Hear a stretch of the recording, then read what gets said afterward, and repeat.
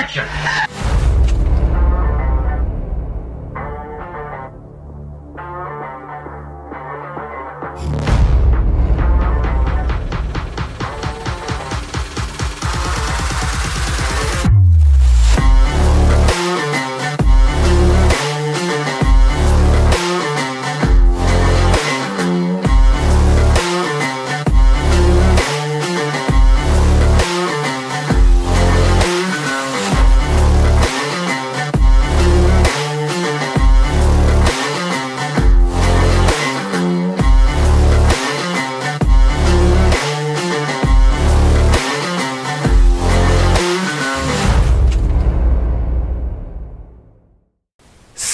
Salut tout le monde, salut les cinéphiles, bienvenue pour une nouvelle critique. Alors aujourd'hui on va changer un petit peu de format. D'habitude je fais des critiques un petit peu improvisées, voilà, où j'essaye de parler de l'histoire, du réalisateur, des thèmes abordés, de la forme, tout ça de façon un petit peu naturelle.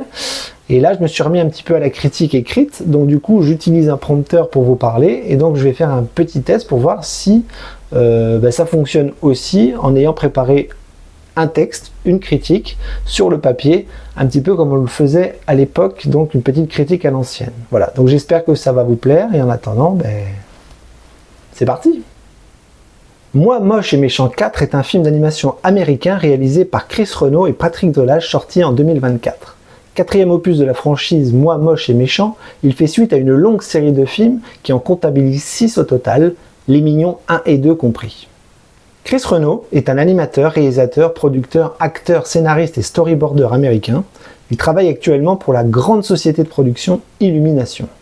Patrick Delage, lui, est un réalisateur et directeur d'animation français qui a participé à de nombreux longs métrages d'animation. Il a travaillé pour la société Gaumont, notamment sur le film Astérix et le coup de menhir en tant qu'intervalliste. L'intervalliste étant celui qui est en charge de dessiner des images intermédiaires qui viennent s'intercaler entre des images principales d'un dessin animé afin que l'animation soit plus fluide.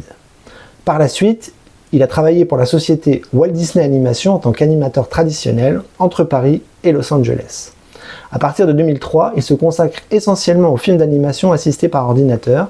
Il collabore aux studios de MacGuff, Pixar, Micros et Illumination France.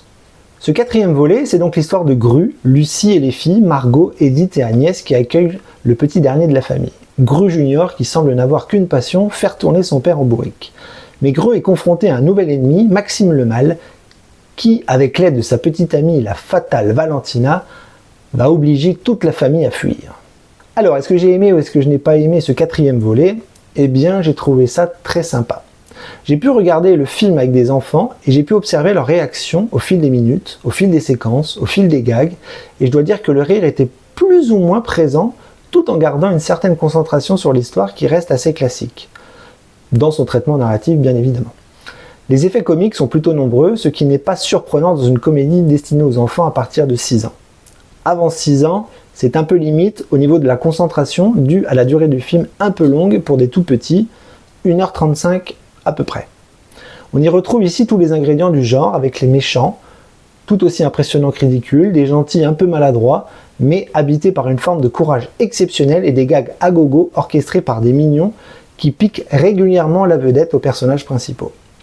Le rythme y est élevé, quelques séquences ici et là retombent un peu dans des dialogues un peu longuets et parfois s'enchaînent avec une certaine rapidité pour laisser place à une action plus ou moins soutenue. D'un point de vue technique, ces mêmes gags sont très inspirés par les grands classiques du burlesque américain, avec des références à la Buster Keaton ou à la Charlie Chaplin. Les producteurs ne s'en cachent d'ailleurs pas dans les interviews. Mais le burlesque n'est pas la seule source d'inspiration, on y voit dans ce quatrième opus des clins d'œil aux films de super-héros qu'adorent les enfants et les adolescents d'aujourd'hui. Les parodies des 4 Fantastiques et la scène du train de Spider-Man vaut son pesant de cacahuètes avec des mignons complètement déchaîné. Toujours dans cette volonté de plaire au jeune public, on retrouve dans la bande originale du film quelques chansons du très célèbre Pharrell Williams. Enfin, au niveau de l'écriture et du scénario, plusieurs thèmes importants sont abordés pour toucher la corde sensible des enfants ainsi que celle des parents qui regarderont le film, comme les relations familiales compliquées ou la notion de courage et de résilience. Au niveau de la note, pour ce film, j'ai décidé de mettre un B+. Je trouve que le film se regarde très agréablement, c'est vraiment très sympa, on rit ici et là et le rythme est plutôt enlevé. Les mignons sont toujours aussi fous et barrés, les images sont magnifiques, l'animation est parfaite et elle n'a rien à envier aux studios Pixar et Disney. Pour l'anecdote, je trouve qu'il n'est pas vraiment nécessaire d'avoir vu les 3 précédents films, ce qui est mon cas. Je n'ai pas vu le 2, je n'ai pas vu le 3 et le film est passé tout seul, sans incompréhension de ma part. Voilà, j'espère que ma critique vous aura donné envie de voir ce Moi, Moche et Méchant 4. Si vous n'avez pas vu les précédents, allez-y quand même, ce n'est pas nécessaire. Vous passerez un bon moment avec vos enfants, même sans enfants d'ailleurs. Et en attendant, je vous retrouve pour une prochaine critique sur un film ou une série, je ne sais pas. En attendant, à très vite et coupez!